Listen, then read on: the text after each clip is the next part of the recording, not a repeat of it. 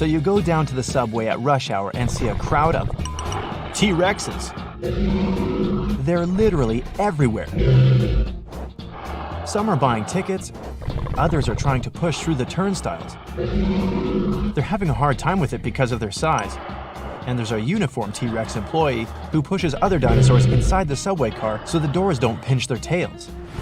Scientists have established that the total population of T-Rexes on Earth was about 2.5 billion.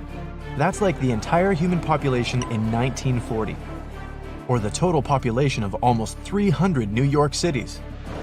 Of course, that many T-Rexes didn't live at the same time.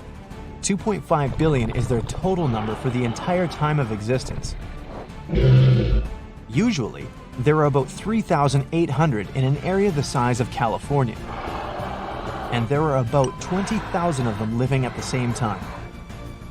By comparison, there are about 900 million dogs and about 600 million cats living on Earth now. Scientists say that the bigger an animal is, the rarer it is. That's why our little pet fluffers outnumber the dinosaurs by 75 times. The largest T-Rex found was Sue.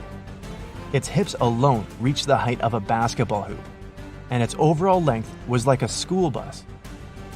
When running, it could reach speeds of about 20 miles per hour, so T-Rex would easily beat you in a short sprint. It did it with the strongest legs of any living animal, and its footprints were the size of an ironing board. Its bones were hollow to reduce weight and allow T-Rex to be fast, but it still weighed as much as 2 large SUVs. Dinosaurs reached this weight near the end of their lives. That's about 28 years. To feed a guy that big, you'd have to give it 500 pounds of food per bite. That's almost like a sport motorcycle. And it got its food very easily because T-Rex was the best mixed martial arts fighter in its time. Its main tool was its jaw. It had the biting power of a modern-day alligator. That means it could easily crush bones and even bend metal. And its teeth were the size of a large banana.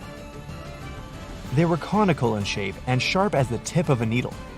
The enamel on them was too thin though. So it could actually bite even harder, but in that case, T-Rex would have to go to the dentist. Still, before biting, the T-Rex would knock its prey down with a battering ram. Its blow could be compared to a collision with a truck. It could even break through a concrete wall. And even if that didn't knock its opponent off its feet, it could make a hook with its tail. The secret of its clever tactics was its brain. It was twice the size of other dinosaurs, but only slightly larger than the human brain. Surprisingly, these scary beasts look like chickens when young, though much larger. Some scientists say that T-Rex babies had feathers when they were born.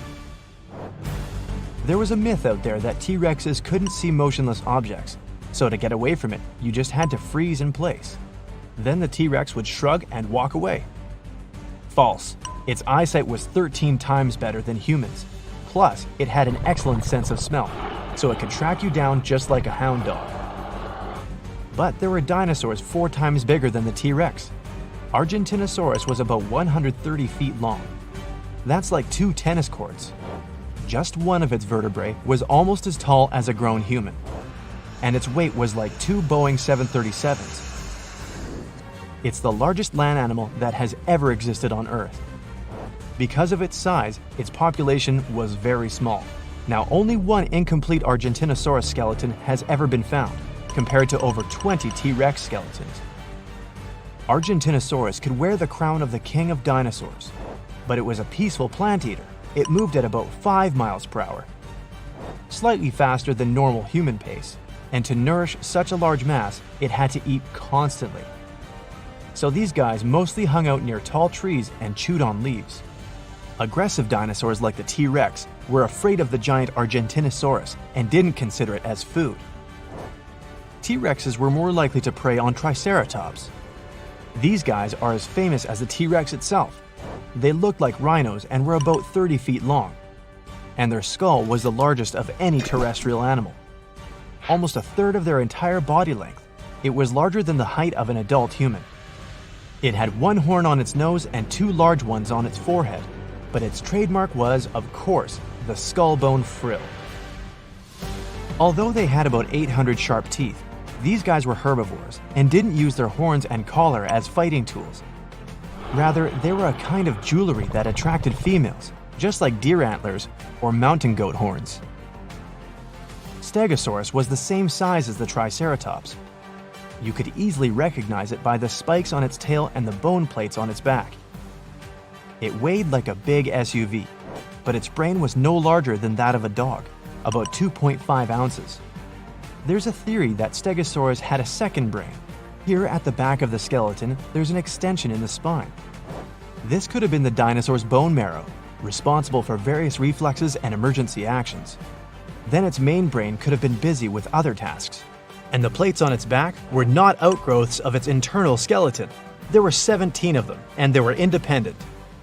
Perhaps these plates were pierced with vessels and helped to cool the Stegosaurus's body. Spinosaurus also had a large spur on its back. There was only one, and it looked more like a sail.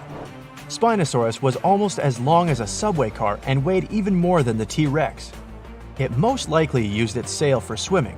This allowed it to hunt various fish and ancestors of modern stingrays.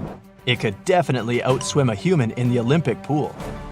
Although Spinosaurus was weaker than the T-Rex, it could always run away from it by water. One of the remains of pterosaur, a flying reptile, contained a Spinosaurus tooth, so it could also hunt flying food. Get equipped for any season with brand new Brightside merch. Click the link and grab your print.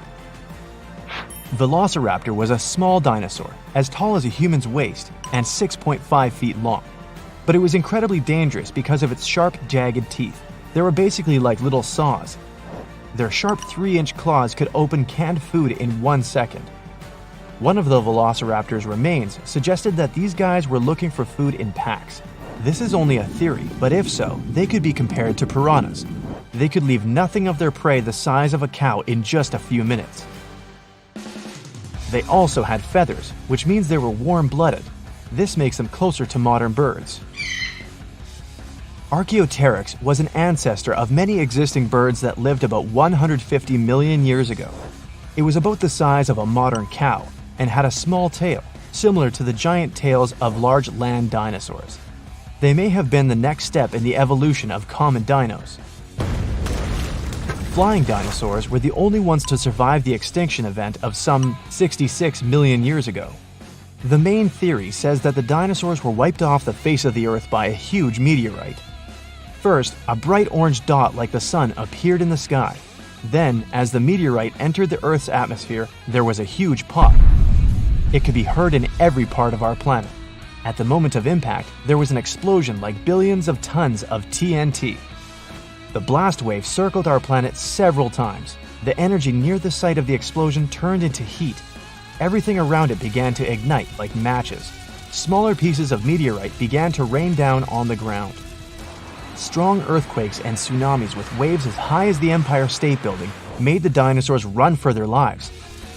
Forest fires forced them to retreat northward, but many of them were trapped in the swamps with no way to get out.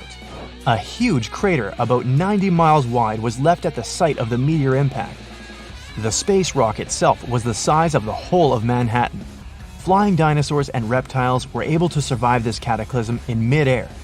They became the ancestors of all the birds that exist today.